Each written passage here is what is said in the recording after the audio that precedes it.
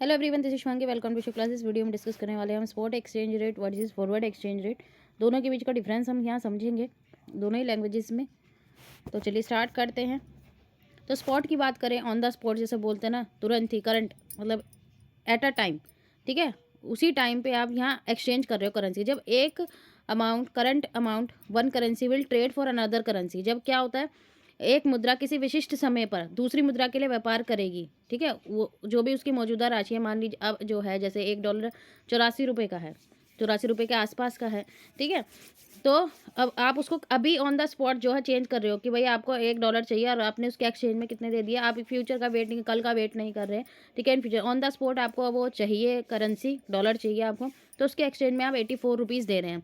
तो ये open market price है। ट्रेडर जो है यहाँ पे पे करते हैं कि उन्हें अनदर करेंसी चाहिए उसके बदले में। तो स्पॉट जो हमारा स्पॉट एक्सचेंज रेट है वो रेगुलेट किया जाता है ग्लोबल फॉरेन एक्सचेंज जो मार्केट है उसके द्वारा, जहाँ पे सभी ऑर्गेनाइजेशन, कंट्रीज़ और जो करेंसी ट्रेडर्स हैं वो सेटल करते हैं अपनी फाइनेंशियल ट्रांजैक्शन और इन्वेस्टमेंट को। जितने भी वित्तीय लेन देन और निवेश का यहाँ पे निपटान करते हैं, जितने भी संगठन है, देश है, मुद्रा है। हिंदी मीडियम वाले बोलते हैं कि आप हिंदी के वर्ड यूज़ नहीं करते, तो मैं ज़्यादा दोनों को एक एक वर्ड वो बोलूँगी ना तो बहुत जो है लंबी हो जाएगी वीडियो।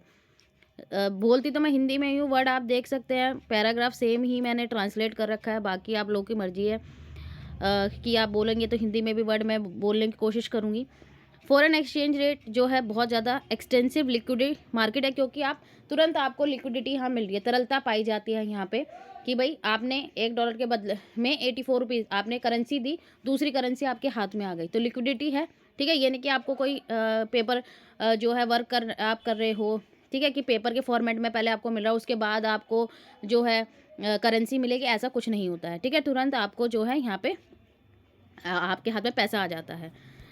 तो मोस्ट ट्रेडेड करेंसी अगर हम बात करें कि जो जिनका ज़्यादा व्यापार होता है ग्लोबल फॉरेक्स मार्केट में, फॉरेक्स मतलब फॉरेन एक्सचेंज मार्केट को शॉर्ट में बोला जाता है, तो वो है हमारा US dollar, British pound, Canadian dollar, euro और जैपनीज येन, ठीक है।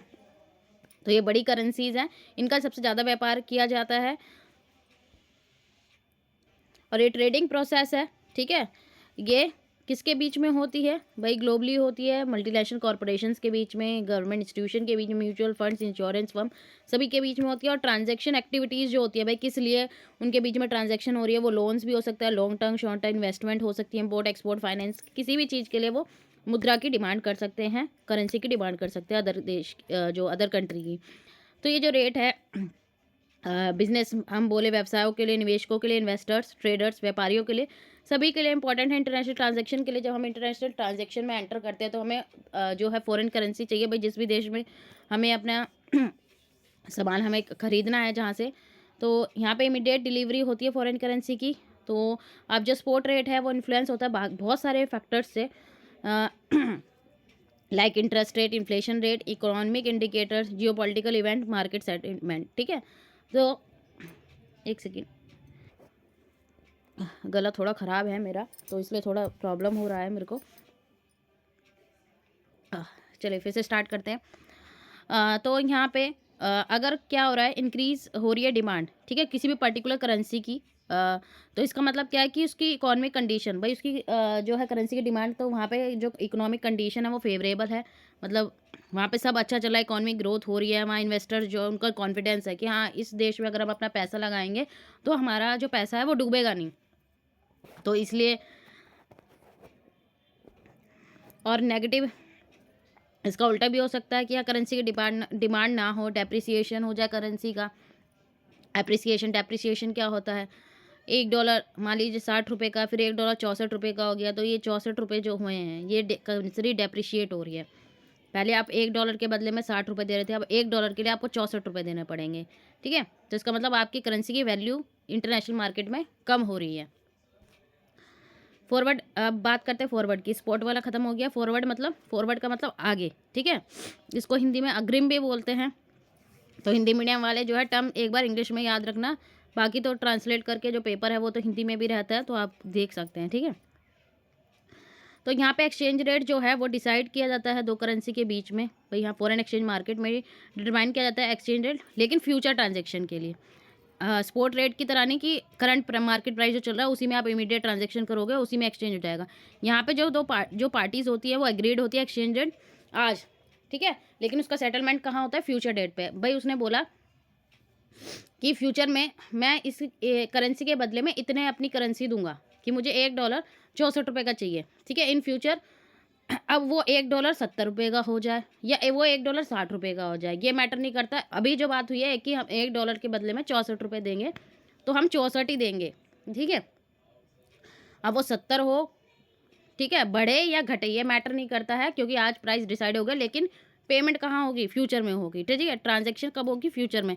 तो स्पॉट वाले में ऑन द स्पॉट होता है और फॉरवर्ड वाले में फ्यूचर में होता है, फॉरवर्ड कॉन्ट्रैक्ट में। तो यहाँ एक स्पेसिफिक अमाउंट में एक करेंसी अनदर करेंसी में प्री डिटरमाइंड रेट होता है और डेट होती है, इस रेट पे जो है करेंसी एक्सचेंज की जाएगी।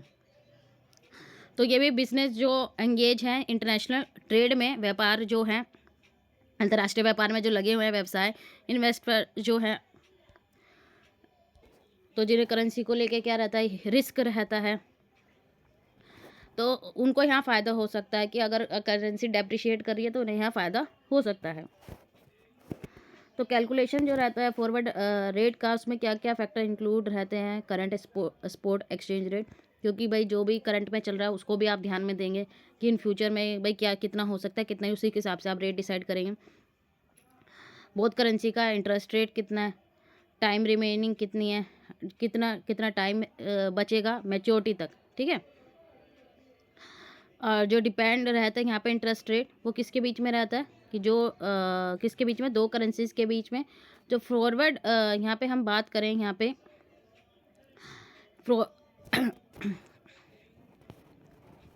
तो अगर हम फॉरवर्ड एक्सचेंज रेट की बात करें शॉर्ट में, तो यहाँ पे भविष्य में परिवर्तन क्या होना है, इससे आप क्या रहते हैं, बच जाते हैं कि भविष्य में अनिश्चितता है। भाई हमें नहीं पता भविष्य क्या है, भविष्य तो कोई भी नहीं कर सकता ना, हम सिर्फ उम्मीद लगा सकता है कि हाँ इतना प्राइस हो सकता है करंट को देख के, लेकिन यहाँ आपको क्या है, रिस्क से बच जाते हैं आप, ग्रेटर सर्टेनिटी रहती है और कॉन्फिडेंस बना रहता है ट्रांजेक्शन्स के बीच में कि भाई हाँ मेरे को इतना तो पैसा मिलेगा, मेरा पैसा डूबेगा नहीं। तो ये हमारा फॉरवर्ड एक्सचेंज रेट को कैलकुलेट करने का फॉर्मूला है, इसको आप एग्जाम में लिख सकते हैं, ठीक है। एक्सप्लेनेशन यहाँ दे रखी है क्या क्या क्या रिप्रेजेंट कर रहा है, कि आप लोग रीड आउट कर लेना, मुझे थोड़ा प्रॉब्लम हो रहा है बोलने में। आई होप आपको क्लियर हो गया हो। अगर वीडियो अच्छी लगी तो like it, share and subscribe my channel. Thank you.